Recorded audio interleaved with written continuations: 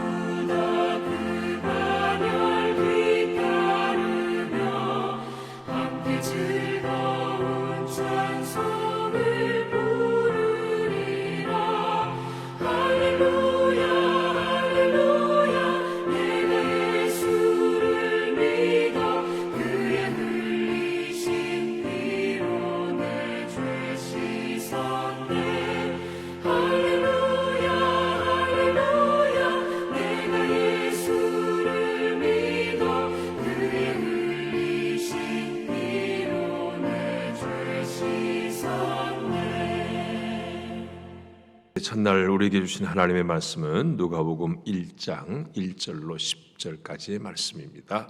제가 봉독합니다.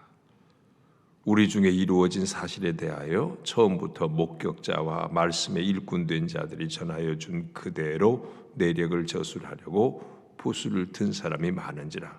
그 모든 일을 근원부터 자세히 미루어 살핀 나도 데오빌로 각하에게 차례대로 써보내는 것이 좋은 줄 알았노니 이는 각하가 알고 있는 바를 더 확실하게 하려 함이로라.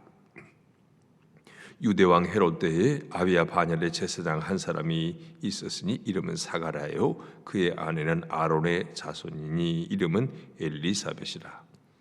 이 두 사람이 하나님 앞에 의인이니 주의 모든 계명과 규례대로 흠이 없이 행하더라. 엘리사벳이 잉태를 못함으로 그들에게 자식이 없고 두 사람의 나이가 많더라. 마침 사가랴가 그 반열의 차례대로 하나님 앞에서 제사장의 직무를 행할세 제사장의 전례를 따라 제비를 뽑아 주의 성전에 들어가 분향하고 모든 백성은 그 분향하는 시간에 밖에서 기도하더니. 아멘. 2022년은 우리가 새벽 강단을 누가복음과 함께 시작합니다. 3개월 동안 누가복음이 계속되겠습니다. 오늘 누가복음, 마태, 마가, 누가, 요한 사복음서 중에 마태, 마가, 누가복음을 공관복음이라고 하죠. 이 중에 이제 누가복음은 누가 썼느냐? 누가가 썼습니다. 누가라는 사람이 기록을 했는데 누가는 의사였어요.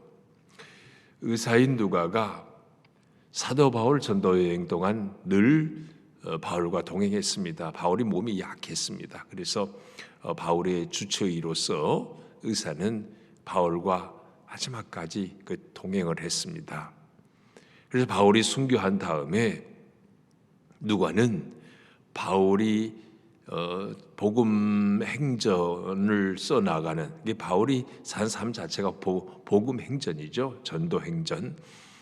그걸 직접 보았고 바울에게 들었고 또 바울 사후에 다른 사도들에게 들은 것들을 종합해서 누가복음을 기록하기 시작합니다.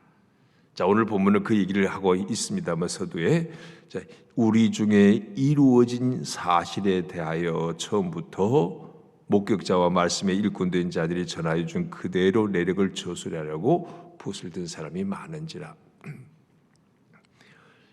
지금 누가는 바울에게 직접 듣고 보고 배운 사람이고 또 사도들의 말을 통해서 종합해서 이 사실을 예수님에 관한 사실을 기록하려고 했습니다. 누가복음이 없었으면 우리가 예수님을 아는 데 있어서도 많은 제약이 있지 않았겠습니까? 예수님에 대한 복음이 곧 예수님이죠. 예수님에 대해서 듣고 알고 믿게 된 사실을 전하려고 하는 사람. 오늘 우리는요, 이런 복음서 기자들 또 성경의 기자들에게 큰 빚을 지고 있습니다. 그들이 이 글로 남기려고 하는 의지가 없었다면, 물론 성령께서 그들에게 감독을 주셨지만은 어쨌든 사람에 의해서 쓰여진 거거든요. 누가에게 이런 마음을 주신 분은 하나님이시지만 어찌됐든 누가가 이걸 또한 자기 의지로 기록하려고 했다는 것 또한 참 고마운 사실입니다. 복음서 하나만 빠져도 예수님을 이해하는데 어느 한 부분은 좀 미스가 생기는 건데 누가가 이렇게 해서 예수님에 관한 일들을 기록하기 시작한 겁니다. 그래서 그가 직접 2절 다시 한번 보면요, 처음부터 목격자와 말씀에 일꾼된 자들이 전하여 준 그대로 내력을 저술하려고. 목격자, 예수님을 친히 본 사람들이죠. 그리고 말씀에 일꾼된 자들, 사도들을 총칭한다고 볼 수 있겠죠.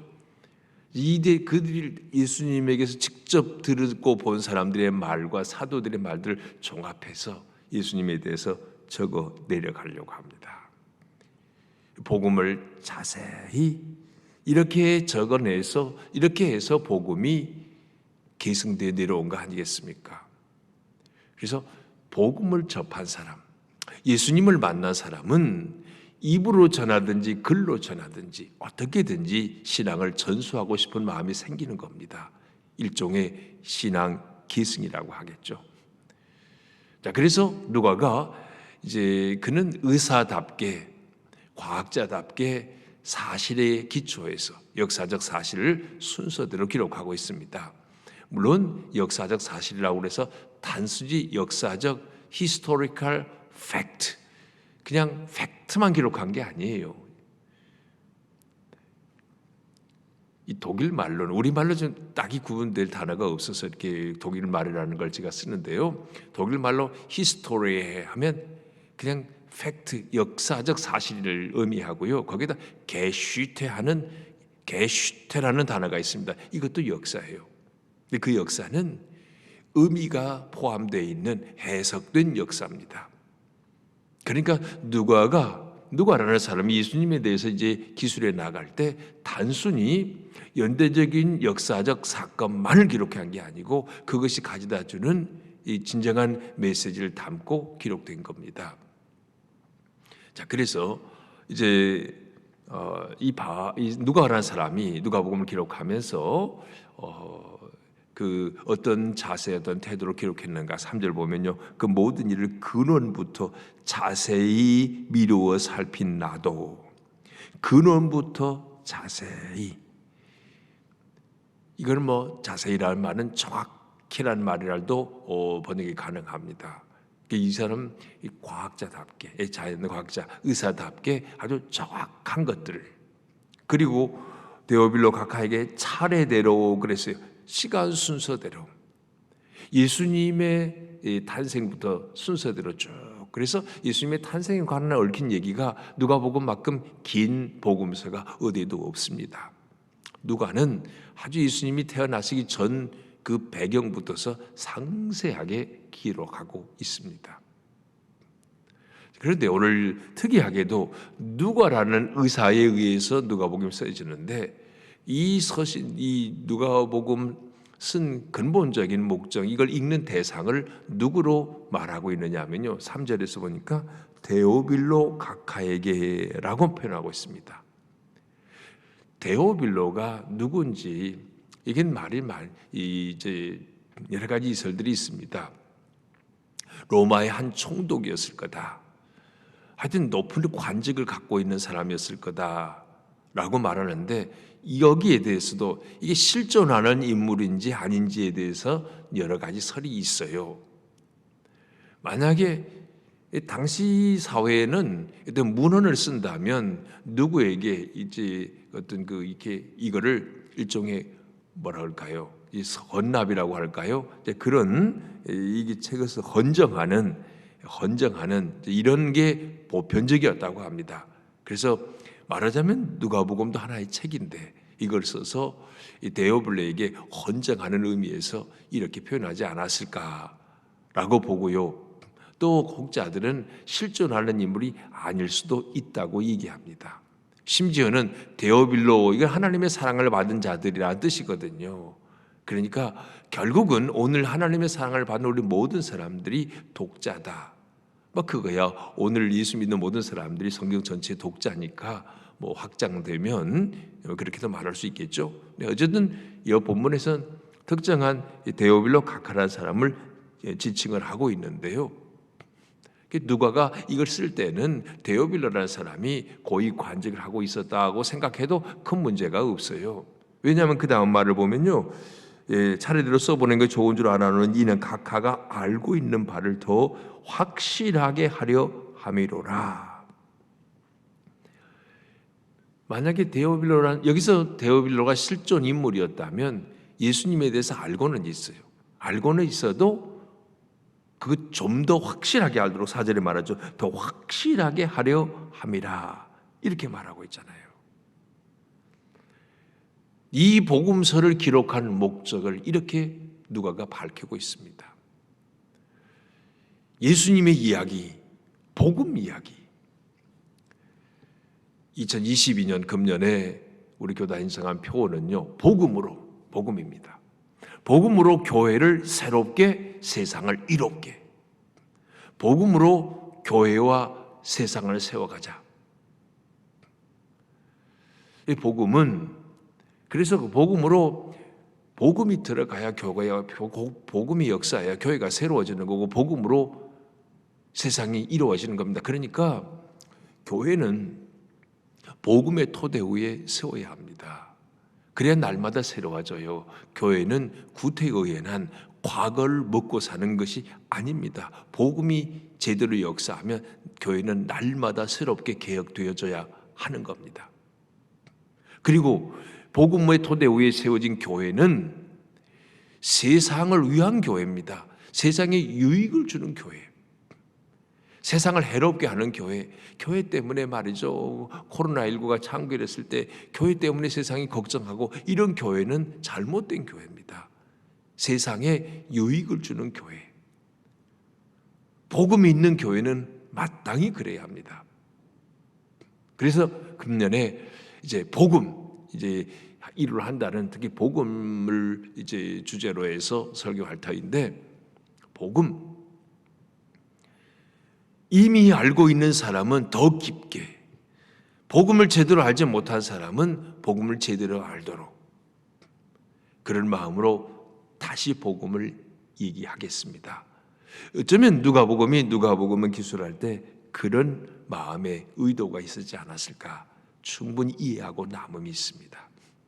자, 이렇게 서론적인 얘기를 하고요. 이제 5절부터 보면 이 누가는 예수님이 오시기 전에 예수님이 이제 태어나실 것을, 예수님이 오실 길을 예비하는 한 사람, 세례 요한이라고 하는 사람을 하나님이 먼저 6개월 먼저, 예수님보다 6개월 먼저 보내시잖아요.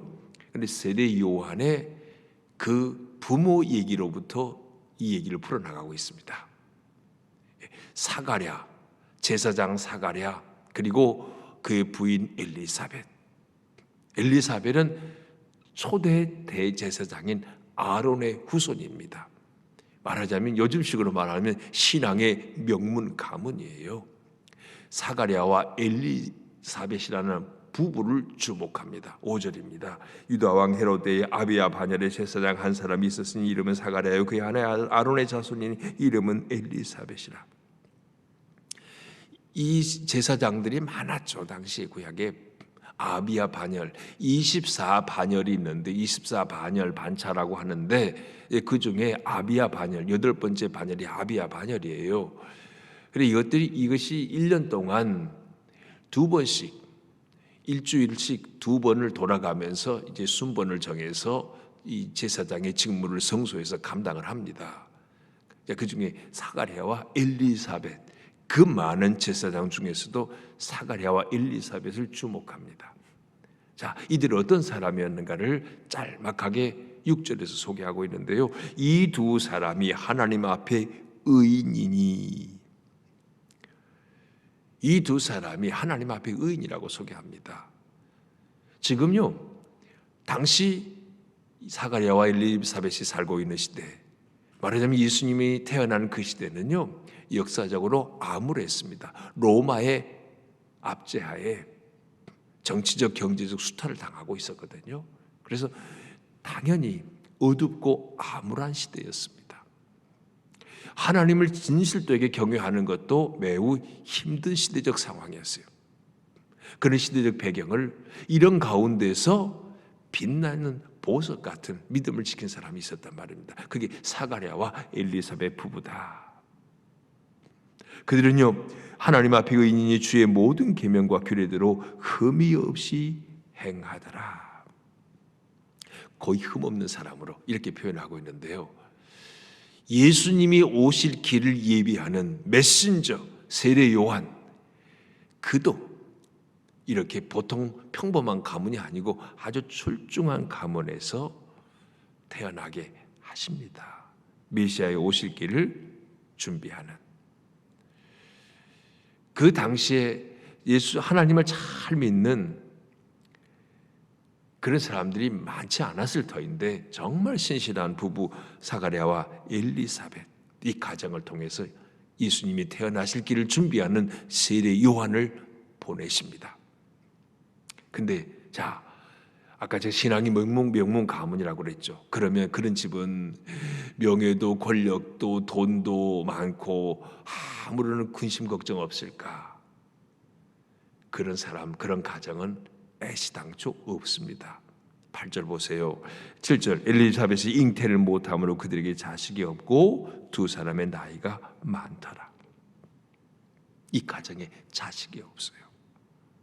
나이가 많아요. 나이가 많다는 건 자식을 낳을 수 없다. 나이가 많아서도 더 이상 기대할 수 없다. 이런 의미를 담고 있겠죠. 지금이야 불임이 참 많습니다. 그 여러 가지 환경적인 요인도 되고요. 물론 유전적인 요인도 가끔은 있다고 하지만 환경 요인이 더 크다고 해요. 후천적인 요인이. 근데 지금은 뭐 일부러도 아예 안 낳는 사람도 있고 그래 그게 큰 죄나 문제가 되는 게 전혀 아닙니다. 근데 당시 사회에서는 그게 아니었어요. 아이를 못 낳으면 마치 천벌을 받는 저주받는 이런 생각을 했던 그런 시대였습니다. 이러는 가운데 엘리사벳과 사가랴 신실한 믿음의 가정인데 아이가 없어요. 왜 하나님은 이런 문제 있는 가정을 선택하셨을까? 여기 하나님의 뜻이 왜 없겠습니까? 평범하게 아이를 막 잘 낳는, 많이 낳는 그런 가정 중에 예수님이 오실 길을 누구 하나를 예비하도록 그렇게 하지 않으셨어요. 하나님의 뜻은 다 알 수는 없지만 사가랴와 엘리사벳 저들이 참 경건해요. 정말 믿음으로 오늘 아까 6절 말씀을 하면 거의 흠이 없는 의인이에요. 그런데 자식이 없어요. 자식을 낳을 수도 없는 나이입니다. 그런데 이런 가정에 아이를 낳았다 합시다. 누가 봐도 세상 사람이 봐도 사람이 한 게 아니야. 하나님이 하신 일이야. 하나님의 기적이야. 그렇게 태어난 세례 요한을 그냥 평범하게 볼 수 있겠습니까? 와, 세례 요한 어떤 자식이야. 낳을 수 없는 가운데 낳은 아들. 하나님이 낳게 하신 아들이야. 그래서 모든 사람들이 세례 요한을 주목하게 만든 거죠. 그 세례 요한은 그래서 하나님이 특별히 구별한 사람이야. 모든 사람이 다 알고 있어요.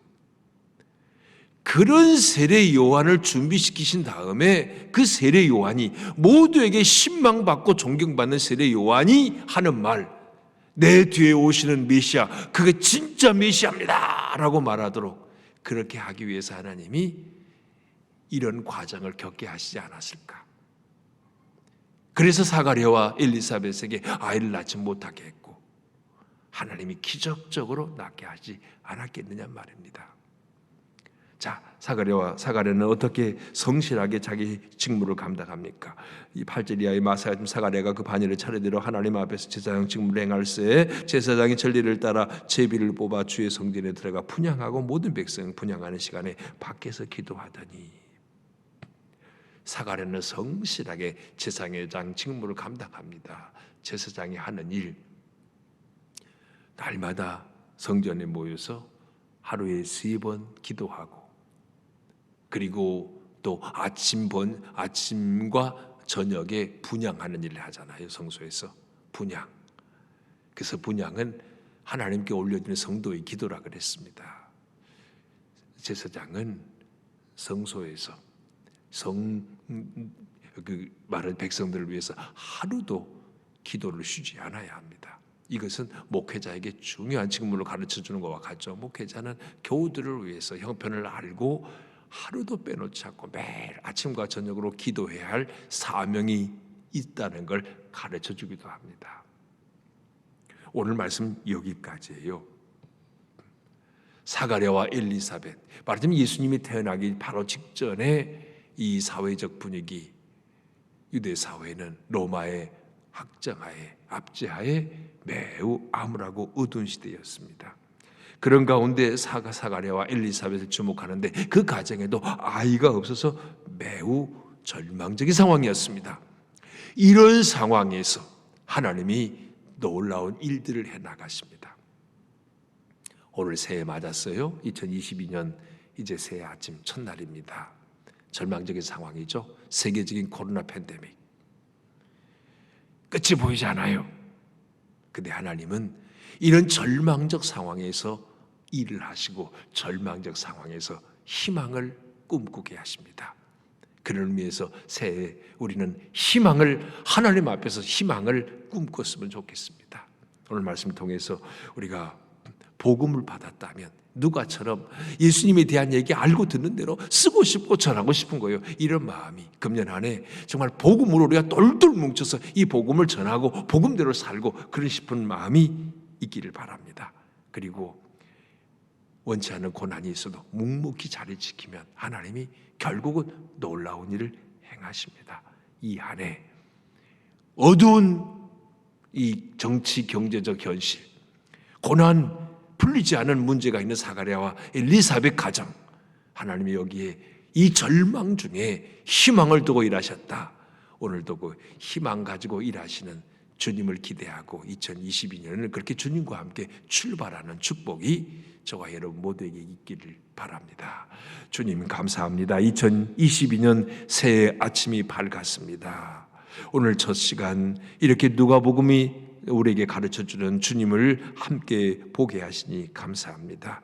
복음 받은 우리 그 주님의 복음으로 살아가게 하시고 복음으로 이 안에 우리 심령이 달라지고 그 복음을 듣고 깨달은 대로 또한 전하고자 하는 삶을 살아가게 하여 주시옵소서.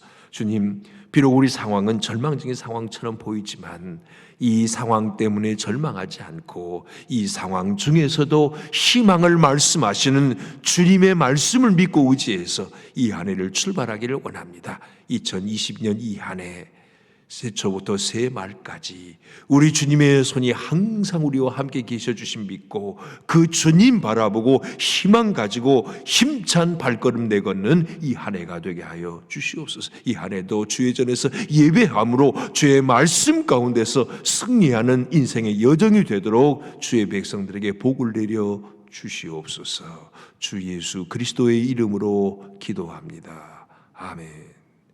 하늘에 계신 우리 아버지의 이름을 거룩하게 하시며 아버지의 나라가 오게 하시며 아버지의 뜻이 하늘에서와 같이 땅에서도 이루어지게 하소서. 오늘 우리에게 일용할 양식을 주시고 우리가 우리에게 잘못한 사람을 용서하여 준 것 같이 우리 죄를 용서하여 주시고 우리를 시험에 빠지지 않게 하시고 악에서 구하소서. 나라와 권능과 영광이 영원히 아버지의 것입니다. 아멘.